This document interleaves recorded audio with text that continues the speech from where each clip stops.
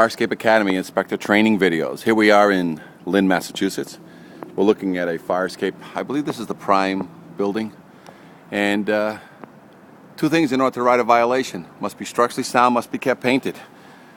This fire escape, as you can see as you get closer, 100% of the paint is gone on this fire escape.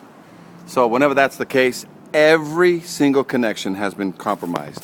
Every nut, every bolt, every joint has been compromised. Every welded connection has been compromised. Every tread has been compromised. There's some treads right here as an example to this loading dock that are typical of the treads there. And we can't get really close because there's a fence here, but you can see rust in all the tread clips, all the main supports, spalling into the wall. But let's take a look at here at some of these joints. See the water gets in here and traps on these. You got joint failure because the water traps inside these corners. So everything that's a joint is blown out. The other thing too that you got to look for is original hardware. So whenever you're inspecting a fire escape, the first thing you look for is do you have a paint violation, which is you see enough rust. The second thing, because some people can just come here and just paint this thing and paint that, and you think, and that's what a lot of people do, scrape and paint their fire escapes. But if the second thing you look for is structural. Is there any evidence on this fire escape that there's been any new hex head activity? And the answer is no. Look at all the original square head bolts.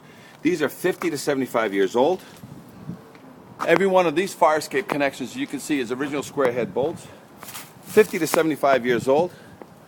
And it's impossible for a fire escape this old in 50 to 75 years not to have some changes of the bolts. And on this fire escape, aside from having original hardware on this fire escape, there's no evidence of any repairs. And even if there was repairs, all the hex head bolts that are on this, because the guy never painted it, any repairs that have been done are now compromised because they let the fire escape rust 100%.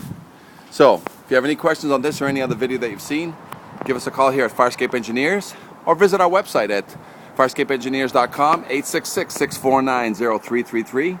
You can also go to the YouTube channel, Fire Escape Academy Inspector Training, and this and hundreds of other videos like this from around the country tell you on how to write a violation. The violation on this one should be repair, paint, and test.